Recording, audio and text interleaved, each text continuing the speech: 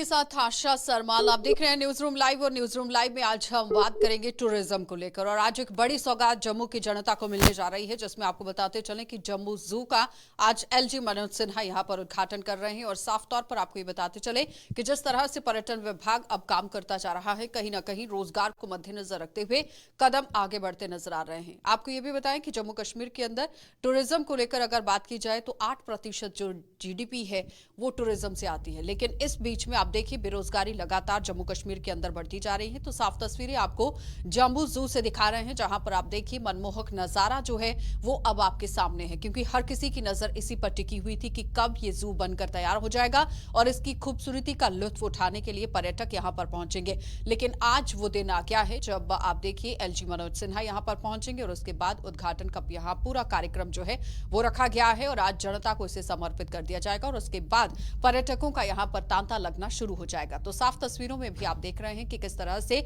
जम्बू जू को यहां पर बनाया गया है और कौन कौन से जानवरों को इसके अंदर में रखा गया है। और साथ ही और भी एक बड़ी बात जो है वो ये है कि झील इसके अंदर बनाई गई है, जो खूबसूरती का आकर्षण का केंद्र जरूर बनेगी। लेकिन इस बीच में आपको ये भी बताते चले कि टूरिज्म को बढ़ावा देने के लिए लगातार प्रयास यहां पर विभाग की तरफ से भी किए जा रहे हैं और साथ ही साथ जम्मू कश्मीर के अंदर सरकार लगातार लामबंद देखने को मिल रही है। G20 समिट की बात करें तो उसमें भी टूरिज्म को बढ़ावा देने की बात कही गई। बाहर से जितने भी प्रतिनिधि यहां पर पहुंचे हुए थे, निवेश को लेकर कहीं ना कहीं बड़ी बड़ी बातें जरूर सामने आई। लेकिन उस बीच में जो तस्वीर आप देख रहे हैं जम्बू जू की, ये मनमोहक है, आकर्षण का मुख्य केंद्र यहां पर बनी हुई है और हमारी संवाददाता ग्राउंड जीरो पर सुबह से ही बनी हुई है और किस तरह से वहां पर आज ये पूरा उद्घाटन का कार्यक्रम चल रहा है। रितिका ने हमारे साथ ज्वाइन किया है। रितिका, किस तरह से वहां पर ये पूरा कार्यक्रम रखा गया है और क्या कुछ है इस वक्त वहां पर?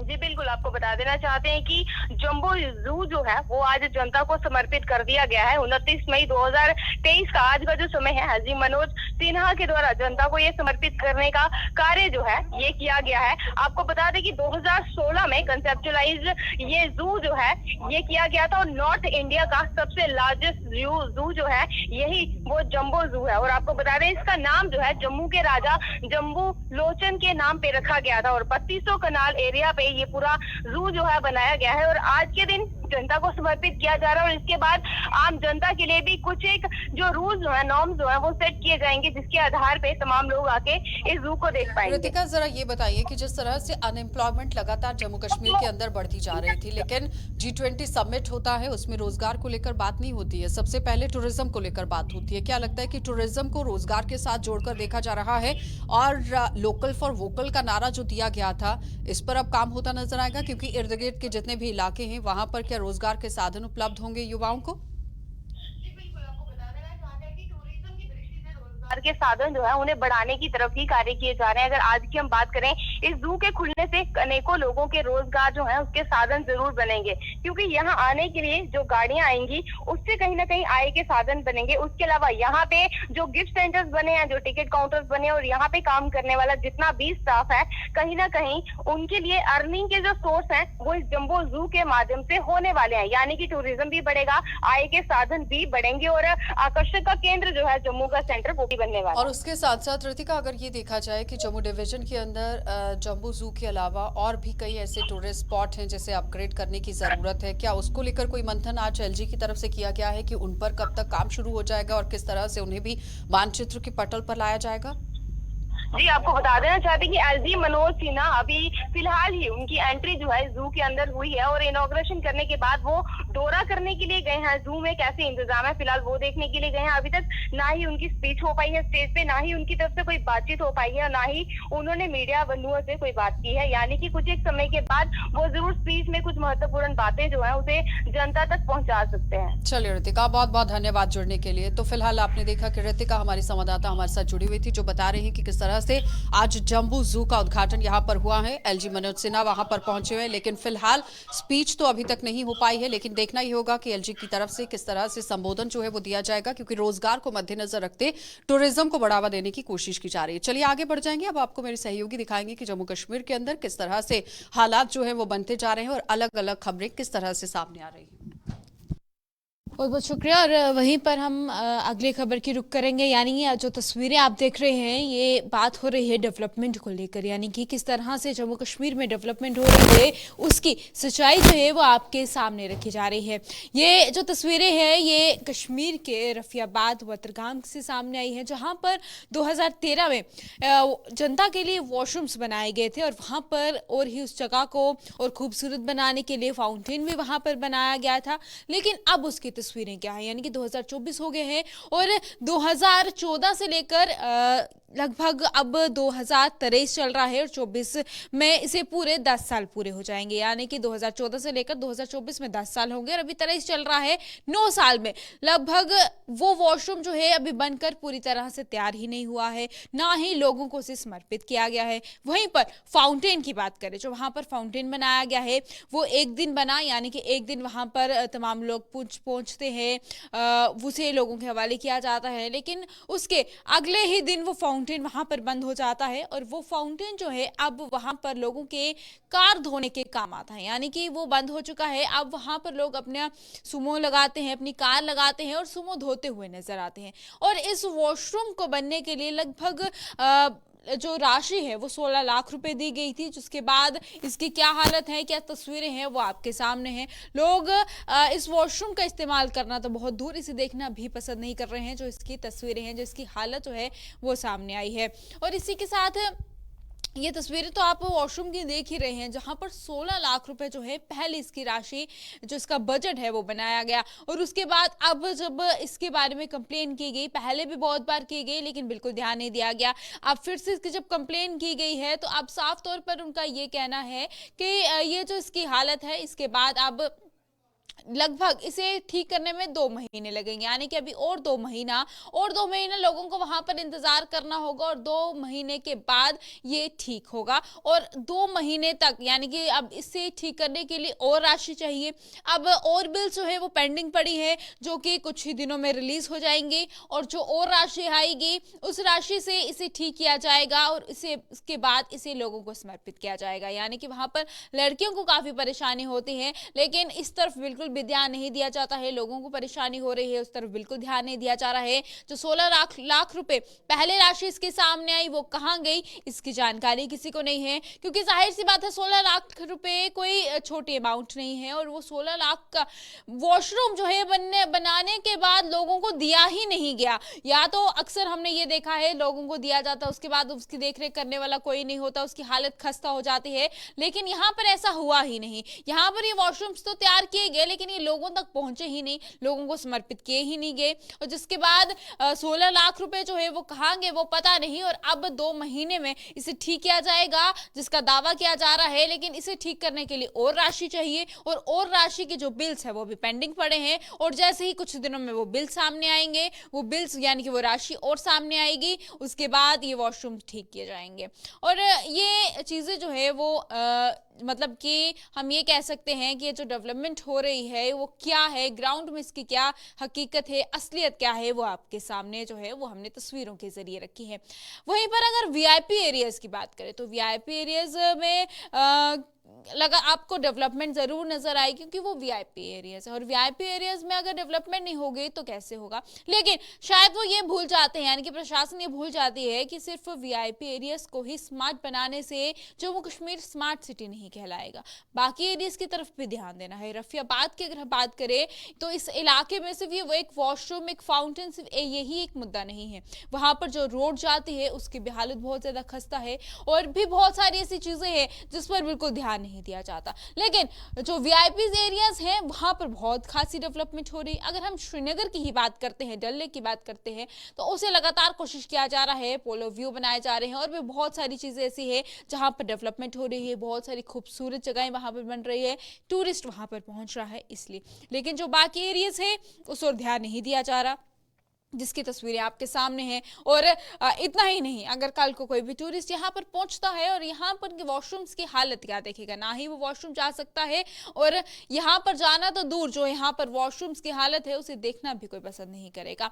वहीं पर फाउंटेन्स को लेकर भी बात कर रहे थे, यहाँ पर भी इसे जो है वो लोगों को समर्पित तो कर दिया गया, लेकिन सिर्फ 1 और 2 दिन के लिए। तीसरे दिन होते ही ये यहाँ से ये फाउंटेन जो है वो बंद हो जाता है, और उसके बाद जो वहां पर पानी आ रहा है उससे लोग अपनी कारें धो रहे हैं, अपने सुमो उन्होंने वहां पर लगाई है। कोई खूबसूरत नजारा जिस तरह से उसे बनाने की कोशिश की गई थी वो बिल्कुल नहीं नजर आ रहा, और इस तरफ ध्यान नहीं दिया जा रहा, और ये नया आपको स्मार्ट सिटी नजर आ रहा है, यानी कि बदलता हुआ शहर ये नजर आ रहा है।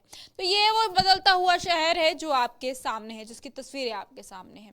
तो चलिए अब इसी के साथ अगली खबर की ओर रुख करते हैं, और अब अगली खबर की तमाम जानकारी, क्योंकि इस प्रोग्राम में जिस तरह से हर खबर से आपको रूबरू करवाते हैं और अगली जानकारी आप तक हमारे साथ ही साहिल किरनी पूरी जानकारी रखेंगे। बार 16 सालों में पहली बार ऐसा हुआ कि पहला दिन का मैच जो वो खेला ही नहीं गया, आईपीएल का फाइनल रद्द कर दिया गया, जिसको कि पोस्टपोन किया गया, रीशेड्यूल किया गया अगले दिन के लिए। तो अब देखते हैं आज के मैच में भी क्या बारिश खलल डालती है, दोबारा से क्या बारिश होती है, और उसकी वजह से आज भी अगर मैच नहीं होता तो क्या परिस्थितियां रहेंगी वहाँ पर। बारिश के आसार तो आज भी दिखाए गए हैं, जिस तरह कल थे 50% बारिश जो है वो 4 बजे के बाद 6 बजे तक रहेगी, और उसके बाद जो है मौसम साफ होने का अनुमान जो है वो लगाया गया है। पर ऐसा कल भी था और आज भी है, पर तब भी 6 बजे के बाद झमाझम बारिश पड़ी, मैच का एक भी ओवर नहीं हुआ, एक भी बॉल नहीं हुई, टॉस तक नहीं हुई, और आज भी यही बताया गया है, यही एक्यूवेदर की तरफ से रिपोर्ट है। अब देखते हैं आज शाम को क्या मैच शुरू होता है। अगर नहीं शुरू हुआ तो गुजरात टाइटंस टेबल के टॉप पे है, तो कप इस बार भी गुजरात टाइटंस के नाम ही रहेगा। और साथ ही साथ जो उसमें मेन बातें कुछ ऐसी हैं कि अगर मैच शुरू होता है, 7:30 अपने टाइम पे, तो ओवर्स की कटौती नहीं होगी। अगर 9:30 बजे तक भी मैच शुरू हो जाता है तब भी ओवर्स की कोई कटौती नहीं होगी। पर अगर मैच 9:30 के बाद शुरू होता है तो हर एक घंटे के साथ 14 ओवर की कटौती जो है वो की जाएगी। यानी कि अगर 10:30 बजे मैच रात को शुरू होता है तो 40 ओवरों में से 14 ओवर निकाल दिए जाएंगे, 26 ओवर का मैच होगा, 13 ओवर एक टीम खेलेगी, 13 ओवर एक टीम खेलेगी, यानी दोनों टीमों को 13-13 ओवर के मिलेंगे खेलने के लिए। तो उसके बाद भी अगर मैच शुरू नहीं होता है, तकरीबन 12 बजे तक अगर मैच शुरू नहीं होता है, तो तब उस सूरत में अगर 12 बजे के करीब करीब शुरू हो जाता है तो उस सूरत में 5-5 ओवर का मैच जो है वो करवाया जाएगा और डिसाइड किया जाएगा कि कौन आईपीएल विनर रहेगा इस सीज़न का। तो अगर 12 बजे भी के उसके आसपास भी मैच अगर शुरू नहीं होता है, उसके बाद मैच शुरू होता है, तकरीबन 12:30 बजे शुरू होता है या 12:45 बजे शुरू होता है, 12:45 जो है 12:45 रात के जो है लास्ट टाइम है जब ये मैच डिसाइड हो सकता है, और वो तब होगा सुपर ओवर पे। सुपर ओवर करवाया जाएगा, उससे मैच वही इसका डिसीजन निकाला जाएगा। तो ये सब आईपीएल का आज के फाइनल का था, किस तरह से मैच रह सकता है। हालांकि अभी अटकलें ये भी लगाई जा रही हैं कि शायद शुभमन गिल, मोहम्मद शमी और रविंद्र जडेजा ये मैच ना खेलें, क्योंकि WTC का फाइनल खेलना है ओवल में जाके, तो वहाँ पर ये तीनों खिलाड़ियों की मौजूदगी होगी। इस तरह के अटकलें लगाई जा रही हैं। तो आज की फ्लाइट से उन्होंने लंदन के लिए रवाना करना था। अब देखते हैं कि क्या रहता है क्या नहीं, ये तो अभी आने वाला समय ही बताएगा। अभी स्पेशल अटकलें ही लग रही हैं, पर बहरहाल जो भी बात है मैच की आज के तो फाइनल की, उसमें यही है कि बारिश के साथ आज भी हैं, तो है तो कम ही, पर फिर भी कल भी कम थे, आज भी कम है, पर 6 बजे के बाद कल भी झमाझम बारिश रही, बारिश ने खलल डाला। अब देखते हैं कितना मेहरबान रहता है मौसम, जिसकी वजह से आईपीएल हो पाए और फाइनल हो पाए। और बाकी बात करेंगे हम अगर पिच की, तो पिच बारिश काफ़ी हुई है, तो पिच में नमी होगी, तो जिस तरह हाई स्कोरिंग मैचेस हमें देखने को मिले थे, शायद अगला ये जो मैच होगा फाइनल अगर हुआ तो ये शायद बैटिंग फेवर नहीं होगा। चलिए अब बढ़ते हैं अगली खबर की ओर। अगली खबरें जो है हमारी सहयोगी पल्लवी जम्वाल आप तक पहुंचाएंगी और आपको रूबरू करवाएंगी 2000 के नोट।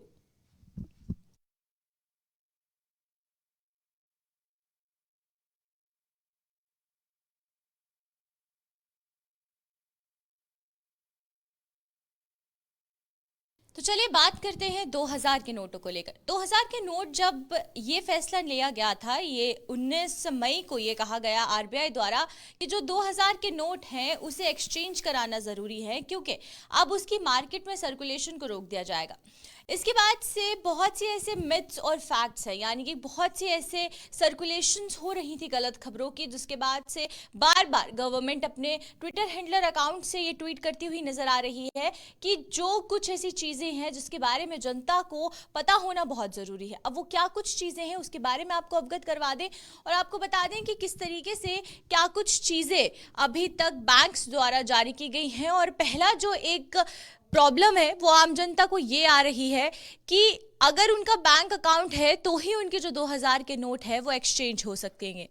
लेकिन इसको लेकर भी अब गवर्नमेंट ने एक ट्वीट जारी किया जिसमें कि ये कहा गया कि ऐसा कुछ भी नहीं है। आप किसी भी बैंक में जाकर जो एक्सचेंज है वो अपने नोट्स का करवा सकते हैं, यानी कि 2000 के नोट आप बैंक को देंगे, उसके बदले में आपको उससे कम डिनोमिनेशन के जो नोट्स हैं, यानी कि 100 के नोट हो गए, 200 के नोट हो गए, वो आपको बैंक द्वारा दिए जाएंगे। यानी कि आपको ज़रूरी नहीं है कि आपका बैंक अकाउंट हो या आप बैंक होल्डर हो, इसके लिए आपको सिर्फ अपना आईडी प्रूफ की ज़रूरत है। और इसी के साथ साथ बहुत ऐसे बड़े बड़े बैंक्स हैं जो कि आपको ये सुविधा दे रहे हैं जिससे कि आप अपने जो 2000 के नोट है उसे एक्सचेंज करवा सकते हैं। अब ये बेनिफिट क्या कुछ है इसके बारे में आपको पूरी जानकारी दे दें कि किस तरीके से इसको लेकर अभी काम किया जा रहा है, क्योंकि 23 मई से इसे शुरू किया जाना था, यानी कि जो एक्सचेंज हो रही है डिनोमिनेशन की, ये 23 मई से शुरू होनी थी और 30 सितंबर तक इसे जारी किया जाएगा।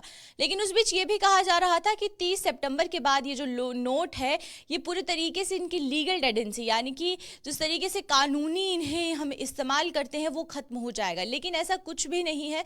सरकार का ये कहना है कि 30 सितंबर के बाद भी जो 2000 के नोट हैं उनकी लीगल टेंडेंसी पर कोई भी असर नहीं पड़ेगा। यानी कि डिमोनेटाइजेशन एक अलग कॉन्सेप्ट है और एक नोट की सर्कुलेशन को रोकना ये एक अलग कॉन्सेप्ट है। जिस तरीके से पहले डिमोनेटाइजेशन हुई थी, यानी कि नोटबंदी हुई थी, तो उस बीच हमें ये देखने को मिला था कि जो नोट एक्सचेंज नहीं हुए थे उनकी वैल्यू 0 हो गई थी। लेकिन ऐसा 2000 के नोटों के साथ नहीं होगा। सिर्फ सर्कुलेशन रोकने के लिए ही ये आरबीआई ने फैसला लिया है कि इसकी सर्कुलेशन को रोकना ज़रूरी है, इसीलिए इसे एक्सचेंज कराना ज़रूरी है, क्योंकि लोग इसे प्रिजर्व करना और इसे ज़्यादा से ज़्यादा डिपॉजिट करना शुरू हो गए थे, जिसकी वजह से 2000 के नोट मार्केट में नहीं दिखते थे। और मार्केट में सर्कुलेशन ना होने की वजह से आरबीआई को ये फैसला लेना पड़ा कि आप अपने 2000 के नोटों को एक्सचेंज करवाएं और उसके बदले जो बाकी डिनोमिनेशंस हैं, यानी कि 100, 200 या 500 के नोट हैं, आप उसके बदले वो नोट लें ताकि जो सर्कुलेशन है उसको एक बार फिर से आरबीआई शुरू करे। तो इसीलिए 30 सितंबर के बाद भी जो लीगल टेंडेंसी है 2000 के नोटों की वो खत्म नहीं होगी, यानी कि वो कानूनी दायरे में रहेंगे। और इसी के साथ साथ कुछ ऐसे बैंक्स हैं, यानी कि अगर आपका बैंक में अकाउंट नहीं भी है तो भी आप अपने 2000 के नोटों को एक्सचेंज करवा सकते हैं। यानी कि अकाउंट होल्डर होना ज़रूरी नहीं है, लेकिन कुछ ऐसे स्टेप्स हैं जो कि उठाने ज़रूरी हैं। यानी कि आपके पास अगर आपका आईडी प्रूफ है जिसमें कि आधार कार्ड हो या फिर आपकी वोटर आईडी हो, तो आप उसको एज अ आईडी प्रूफ इस्तेमाल कर बैंक एक एनेक्स्चर, यानी कि एक स्पेशल फॉर्म प्रिपेयर किया गया है बैंक द्वारा, जिसको आपको फिलअप करना है। और उस फॉर्म को फिलअप करने के बाद आप अपने जो नोट्स हैं 2000 के उन्हें बदलवा सकते हैं और उसके बदले जो बाकी डिनोमिनेशन के नोट्स हैं वो ले सकते हैं। इस पर यह भी बताया गया है कि जो नॉन अकाउंट होल्डर है, यानी कि वो लोग जिनका बैंक में खाता नहीं है, वो एक दिन में 20,000 रुपए तक की जो ट्रांजैक्शन है वो करवा सकते हैं। इसी के साथ साथ ये जो इंस्ट्रक्शंस हैं ये आरबीआई द्वारा दिए गए हैं, अलग अलग बैंक्स को दिए गए हैं, चाहे वो एसबीआई है, आईसीआईसीआई बैंक है, एचडीएफसी बैंक है, इस तरीके के बड़े बड़े बैंक्स हैं जो कि आपके नोट एक्सचेंज कर रहे हैं। लेकिन इस बीच एसबीआई और एचडीएफसी बैंक दो ऐसे बैंक्स हैं जिसमें कि आपको आईडी प्रूफ की भी आवश्यकता नहीं पड़ेगी। यानी कि आईडी प्रूफ अगर आप नहीं लेकर जा रहे हैं तो भी आपको ज़रूरी है कि आप अपने 2000 के नोट बदलवा सकते हैं, तो आपको आईडी प्रूफ की ज़रूरत इन बैंक्स में नहीं है। इस बीच ये भी बताया जा रहा है कि एसबीआई द्वारा एक क्लैरिफिकेशन फॉर्म इसमें भरा जाएगा जिसमें कि सिर्फ ये कहा जाएगा कि आप अपने 2000 के इतने नोट लेकर आए हैं, यानी कि 20,000 तक की ट्रांजैक्शन कर रहे हैं, और इसमें आप इसे एक्सचेंज कर आपको जो इन रिटर्न डिनोमिनेशन मिल रही है वो जो मिल रही है उसके बारे में भी आपको जानकारी दी जाएगी। तो इस तरीके से आरबीआई द्वारा ये कहा गया है कि कुछ ऐसे सर्टेन बैंक्स हैं, यानी कि कुछ ऐसे बैंक्स हैं जिनका नाम इसमें लिस्ट में है, जहां पर आप जाकर अपने नोट एक्सचेंज करवा सकते हैं, और अगर आपका अकाउंट नहीं भी है तो भी जो दिक्कत है वो नहीं होगी। यानी कि अब आरबीआई ने ये साफ कर दिया है कि जो लीगल टेंडेंसी है 2000 के नोटों को, वो खत्म नहीं हो रही है, डिमोनेटाइजेशन नहीं हुई है 2000 के नोटों की, बल्कि इन्हें सिर्फ सर्कुलेशन में, मार्केट में रोकने के लिए ही जो एक्सचेंज है वो लोगों को कहा जा रहा है कि वो करवाएं, ताकि जब एक्सचेंज 2000 के नोटों का होगा तो बाद में आरबीआई इन नोटों को फिर एक बार मार्केट में उतारेगा और जो सर्कुलेशन है उसे शुरू कर देगा। तो इसी के साथ साथ ये भी बताया जा रहा है कि स्टेट बैंक ऑफ इंडिया ने जितने भी मेंबर्स हैं उनको ये भी कहा है कि आपको किसी भी तरीके की कोई भी आईडी प्रूफ की जरूरत नहीं है, आपको सिर्फ एक रिक्विजिट स्लिप फिल करनी है जिसमें कि आप अपने 2000 के नोटों को बदलवा सकते हैं और एक दिन में 20,000 तक की जो ट्रांजैक्शन है वो कर सकते हैं। इसके बाद एचडीएफसी बैंक का भी जो सेम गाइडलाइंस है वो अपने कस्टमर्स के लिए है और 30 सितंबर तक ही ये आप अपने जो एक्सचेंज है नोट्स वो करवा सकते हैं। और आईसीआईसीआई बैंक्स का कहना है कि वो एक फॉर्म के आधार पर ही जो एक्सचेंज है वो नोट्स कर रहे हैं। तो चलिए अब अगली खबर की तरफ बढ़ते हैं और हमारे साथ हमारे सहयोगी प्रियंका गुप्ता यहाँ पर हैं, उनसे जानेंगे कि जम्मू कश्मीर से क्या कुछ और जो खबर है वो निकल कर सामने आ रही है। तो प्रियंका हमारे साथ यहाँ पर स्टूडियो में ज्वाइन कर चुकी हैं। प्रोग्राम के अंत में बात करते हैं आज की बड़ी खबर के साथ। आपको बता दें कि कोर्ट में आज Yasin Malik terror funding case की जिस तरह से हेयरिंग है और बताया जा रहा है कि अभी जो है कोर्ट में हेयरिंग एक्सटेंड कर दी गई है, करीबन 12:30 बजे जो हेयरिंग है वो स्टार्ट हो जाएगी। और शुरू से शुरू करते हैं। यासिन मलिक आप सभी जानते हैं जम्मू कश्मीर लिबरेशन फ्रंट का लीडर या सेपरेटिस्ट यासिन मलिक, जिसे लेकर आज कोर्ट में हेयरिंग है और उस हवाले से अपडेट आपको बताएंगे। फिलहाल आपको बता देते हैं किस तरह से यासिन मलिक पर सियासी जो रिएक्शन सामने आए हैं। सबसे पहले जो एनसीके की स्पोक्स पर्सन है उन्होंने ये कहा है कि मलिक को एक फेयर ट्रायल मिलना चाहिए और लाइकिंग या डिसलाइकिंग, पसंद नापसंद पे डिसीजन नहीं लेना चाहिए और जो डेथ पेनल्टी है यासिन मलिक की वो किसी को भी फायदा नहीं करने वाली है। साथ ही एनआईए ने जिस तरह से दिल्ली हाई कोर्ट में प्ली दायर दर्ज की है कि जो डेथ पेनल्टी है वो यासिन मलिक को मिलनी चाहिए और वहीं पर कई पॉलिटिकल लीडर्स हैं जो जम्मू कश्मीर से जो इस हवाले से अपना रिएक्शन सुना चुके हैं और उनका कहना है कि यासिन मलिक को लेकर डेथ पेनल्टी की जो प्ली है उसे रिकंसीडर करना चाहिए। साथ ही महबूबा मुफ्ती ने इस पर ट्वीट कर ये कहा कि इंडिया जहां पे बहुत डेमोक्रेसी है, जहां पर पीएम के भी जो अगर गलतियां हैं उसे पार्डन कर दिया जाता है, उसे माफ कर दिया जाता है, वहीं पर यासिन मलिक का जो केस है, जो एक पॉलिटिकल प्रिजनर है, उसे भी रिकंसीडर करना चाहिए। और अल्ताफ बुखारी ने एक ट्वीट किया था, हालांकि उस ट्वीट को उन्होंने डिलीट कर दिया है जिसमें उन्होंने कहा था कि हाँ सही है, डेथ पेनल्टी मिलनी चाहिए।